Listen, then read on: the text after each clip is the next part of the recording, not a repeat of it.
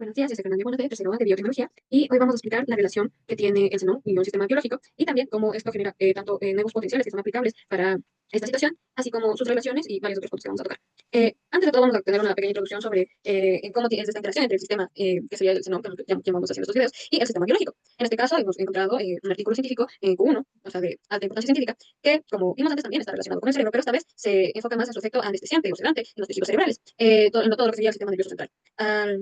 Al actuar, reduce esta corriente mediada por los canales regulados por los nucleótidos en el cerebro. Entonces, vamos a considerar para todos estos ejemplos técnicos que el xenón es un sistema cerrado, ideal, y que se encuentra en contacto térmico y mecánico con el sistema biológico, que sería el cerebro, y esto va a funcionar como el entorno del sistema, ¿no? En el que se realiza un intercambio de energía.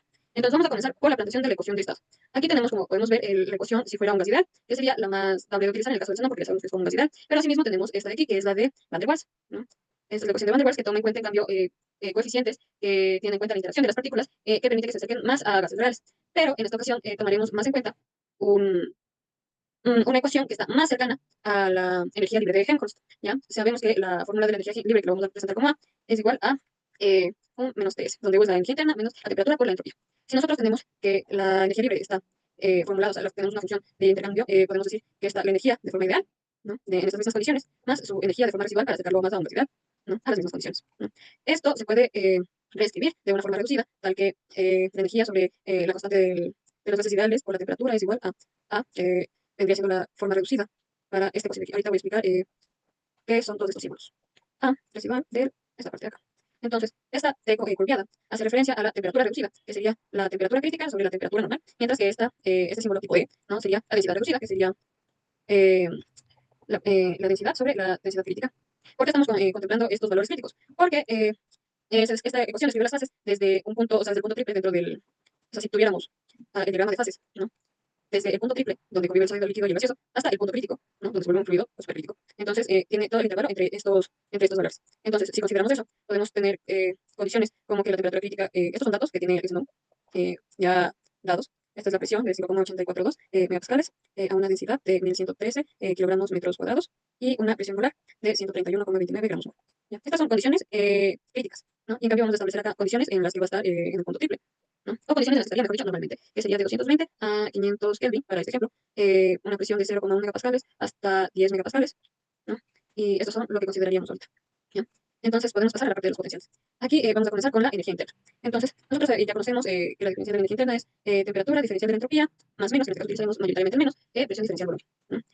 Pero, ahorita ocupamos saber la energía interna en función de la ecuación de estado que teníamos antes. Entonces, si consideramos a U como energía de Helmholtz por temperatura por entropía, que es lo equivalente a solamente intercambiar los valores del valor de Helmholtz, podemos saber los valores de la entropía, que sería incremento de A sobre incremento de T, y también de la energía interna como tal, que sería A menos T, por la diferencial de esto, o sea, solamente lo colocamos dentro de la ecuación, ¿no? Ya me está faltando. Y también podemos obtener otros valores como el, la T, la temperatura, que sería de la energía interna sobre la entropía al volumen constante, y de la presión. Pero de esta hablaremos más profundamente en el potencial de Gibbs. Sobre el volumen, todo esto a la entropía constante. Esto es lo que podemos obtener de potencial de energía interna. Ahora podemos pasar con el potencial de Helmholtz, que como vimos, obtuvimos la ecuación de estado a partir de la de Helmholtz, entonces se mantendría igual. Entonces sería A de P es igual a U menos TS. También se la puede extender de la forma reducida como vimos antes, pero ahorita lo vamos a mantener de esta forma. Eh, pero vamos a continuar con la de la entropía. ¿Cómo sabemos cuál es el valor de la entropía? Como vimos antes en la de, en la ecuación de la energía interna. Nosotros ya obtuvimos este valor de la entropía mediante el USB, ¿no? La condición de USB. Entonces, nosotros sabemos ya que la entropía equivale a menos eh, la energía de Helmholtz sobre la temperatura a un volumen constante. Estos también van a ser de formas reducidas, pero la verdad es que no las necesitamos para esta explicación, así que vamos a continuar. También tenemos el valor de la entropía. Entonces, ¿cómo escribimos la entropía? Tenemos que la entropía funciona, bueno, se propone función de la relación entre la entropía y la presión. Entonces, la entropía en este caso funciona con o sea, al final se obtendría la energía interna más PV, pero nosotros ya habíamos obtenido que U equivale a menos T, el incremento de A sobre el incremento de T, todo a volumen constante. Entonces, esto podemos sustituirlo en la parte de acá, tal que A menos T del incremento de estos dos a volumen constante más PV. Y para finalizar, nosotros también conocemos el valor pues, o sea, de esta parte de PV, así que la podemos sustituir, o la podemos dejar de esta manera según nos convenga. En este caso nosotros vamos a ampliar, ¿no? Entonces, A que está en función de TV, menos T, que está en función a estas dos, al incremento de estas dos variables a volumen constante, menos P, que está en función al incremento de A, al incremento de B, toda temperatura constante. Y eso nos quedaría en la potencial de la entropía. Y por último, el potencial de Gibbs. Ahora sí, vamos a regresar un poco a la obtención de la presión, ¿no? Nosotros tenemos que el potencial de Gibbs está relacionado a la temperatura y a la presión, entonces es necesario conocer esta presión. La presión viene dada por menos el incremento de A sobre el incremento de B a la temperatura constante. Entonces, la energía libre de Gibbs tenemos que sería H menos TS, que nosotros sabemos que esta parte de la U puede ser equivalente, perdón, del H puede ser equivalente a U más PB menos TS.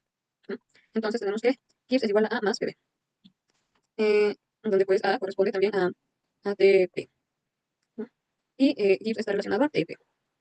O sea, todas estas, o sea, lo estoy diciendo como siglas para que sea más fácil de explicar y no tener que decir los nombres completos a cada rato, pero entendiéndote como temperatura, presión, entropía y volumen a, a sus respectivas siglas. ¿No? Ahora vamos a ver el trabajo que se está realizando presión volumen. No estamos trabajando con datos numéricos como tal porque sería muy complicado, pero vamos a desglosar las ecuaciones, que como sabemos el trabajo viene realizado por la segunda parte de la ecuación fundamental, ¿no? Porque si nos fijamos en la ecuación fundamental, calor más menos, diferencial, calor más menos trabajo, ¿no? Entonces, esta parte de aquí viene dada por temperatura diferencial entropía, y esto por cualquier trabajo que esté realizando. Por decir, si es un sistema simple, solo va a ser presión diferencial volumen, pero de tener otros trabajos podría ser potencial químico diferencial al número de moles o varios más. Entonces, regresando al punto, ¿no? Sabemos ya entonces que el trabajo es equivalente a esta relación presión diferencial volumen. Entonces, podemos sacar la integral de esto, ¿no? Presión diferencial volumen, de volumen 1 a volumen 2. ¿No? Y de esto sabemos que si se está expandiendo es positivo y si se está comprimiendo es negativo. ¿No? Esto puede darse solo si está en equilibrio infinitesimal, es isotérmico y es reversible. Esto quiere decir que es un caso hipotético ideal. Entonces, la W máxima que vamos a tener de 2, B1, de la diferencial de esto, va a ser igual a la energía, como estamos trabajando con la energía libre de Helmholtz, de la temperatura del volumen 1, menos la energía libre de Helmholtz de la temperatura del volumen 2. ¿No? Donde esta diferencial del valor de A es igual a menos entropía diferencial temperatura menos presión diferencial volumen. Esto quiere decir que eh, la diferencial de A va a ser igual a menos presión volumen, porque no estamos tomando en cuenta esta parte de aquí, porque estamos hablando de trabajo presión volumen. Y al final de esta relación de aquí podemos sacar el valor de P de hace rato, o sea, el valor que necesitábamos de P, pero ya lo conocíamos, se puede obtener de varias maneras, pero aquí podemos ver que esta es otra forma sencilla de obtener este valor. Pero hasta aquí quedaría el cálculo, mejor dicho, hasta acá, el cálculo del trabajo en esta condición de presión volumen. Ahora, ¿qué pasa si no queremos, o sea, si queremos calcular solo el trabajo que no es presión volumen? Entonces también va a ser un proceso isotérmico y vamos a basarlo en la energía libre de Gibbs, como antes estamos hablando con la energía libre de Gibbs. Ahora nos vamos a pasar a auto de los potenciales. Entonces sabemos que esta energía libre de Gibbs depende de la temperatura y de la presión, ¿no? Y es igual a la energía libre de Helmholtz sobre la diferencia de presión por o sea, no es la presión por el plomo. Y entonces el trabajo máximo que vamos a tener es el incremento de esta energía. Esto quiere decir que Gibbs inicial menos Gibbs final va a ser el trabajo que se está realizando, ya que el incremento de Gibbs nos dice que cuánta energía libre está disponible para usarse como trabajo, que no es presión volumen, ¿no? Entonces sabemos que el trabajo máximo, ¿no? Es igual a, regresamos a esta parte de acá, A más PB, ¿no? Donde el trabajo máximo, como no es presión volumen, no estamos teniendo en cuenta esto, sería solamente Gibbs de la temperatura de la presión inicial menos Gibbs de la temperatura de la presión final. Ya.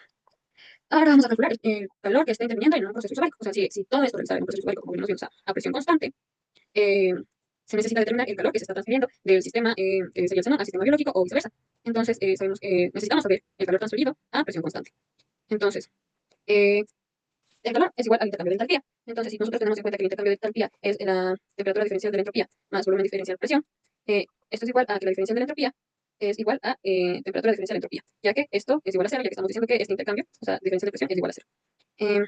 Entonces, desde el potencial de Helmholtz tenemos que la entropía es igual a A más TS más PB, donde A está relacionado a la temperatura y la entropía. La entropía equivale a el incremento de A sobre el incremento de T a volumen constante, todo negativo, y que la presión ya obtenida equivale al incremento de A sobre el incremento del volumen, toda temperatura constante. Esto nos lleva a que si intercambiamos todo en esta ecuación inicial, tenemos que la entropía a condiciones de temperatura y volumen es igual a menos T, la diferencia que sería la diferencia aquí de entropía, de incremento de A sobre incremento de T, todo B más PB. ¿No? Entonces sabemos que si la entropía aumenta, está absorbiendo calor, por ende es endotérmico, y si la entropía disminuye, está cediendo calor, por lo que es exotérmico. ¿No? Y por último vamos a ver las relaciones de Maxwell, que en este caso vamos a comenzar por el de energía interna. Bueno, primero vamos a hablar de cómo obtienen las relaciones de Maxwell. Las relaciones de Maxwell son la relación que hay entre las variables con su segunda derivada, según el criterio de Schwarz. Lo voy a escribir aquí porque no lo sé pronunciar muy bien, pero según este criterio, dice que se debe tener en cuenta la fórmula de variables de derivadas cruzadas, que queda de forma así, en donde la segunda derivada de la función con respecto a x de y es igual a la segunda derivada de la función con respecto a y de x. Entonces, en base a esta explicación de aquí, vamos a tomar la ecuación de estado y vamos a comenzar a obtener las relaciones de Maxwell. Entonces, de la energía interna, tenemos que TdS menos P diferencial de B.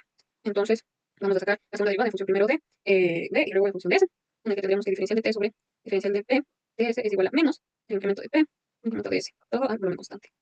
Esta sería la de energía interna. Ahora vamos con la de Helmholtz, que ya tenemos que A igual a T de B, o sea, no, a la condición de temperatura volumen. que esto nos da que la diferencial de A es igual a menos la entropía diferencial de temperatura menos presión diferencial volumen. Si aplicamos aquí la regla de las derivadas cruzadas, nos da incremento de entropía, volumen a la temperatura constante, sobre P, no, de P sobre T a volumen constante. Ya está esa ejemplos. Ahora vamos a terminar con el Gibbs. Bueno, no terminamos, falta una, pero ya mismo tenemos que Gibbs, que está relacionado con la temperatura y la presión. Si le aplicamos la diferencial, esta es igual a menos la entropía diferencial de temperatura más volumen diferencial de presión. Por lo que aplicando lo mismo, tenemos que incremento de entropía sobre incremento de presión a temperatura constante menos el incremento del volumen sobre el incremento de la temperatura a presión constante. Esta sería la penúltima relación de Maxwell. Y por último, la de la entropía. Entonces tenemos que la entropía en cambio está relacionada a la entropía y a la presión. Por ende, al aplicar la diferencial, tenemos TdS más BDP, ¿no? Y al aplicar la regla tenemos incremento de T sobre incremento de T a entropía constante y el volumen a diferencia de entropía a presión constante. Y estas serían todas las relaciones de Maxwell. Aquí podemos ver cada una de ellas. Todo desarrollo, perdón si el desarrollo es un poco rápido, pero el tiempo es muy corto en esta realización de esto. A continuación, voy a poner aquí el QR de los artículos usados, porque aparte de eso, para obtener las ecuaciones de estado y saber que la fórmula de Gibbs es correcta para este uso, también aplicamos un artículo de Lemons del 2006, si no estoy mal, sobre ecuaciones de estado para sistemas termodinámicos. Y lo voy a dejar ahorita aquí las capturas del Q1. Muchas gracias por ver este video y espero que se haya entendido. Hasta pronto.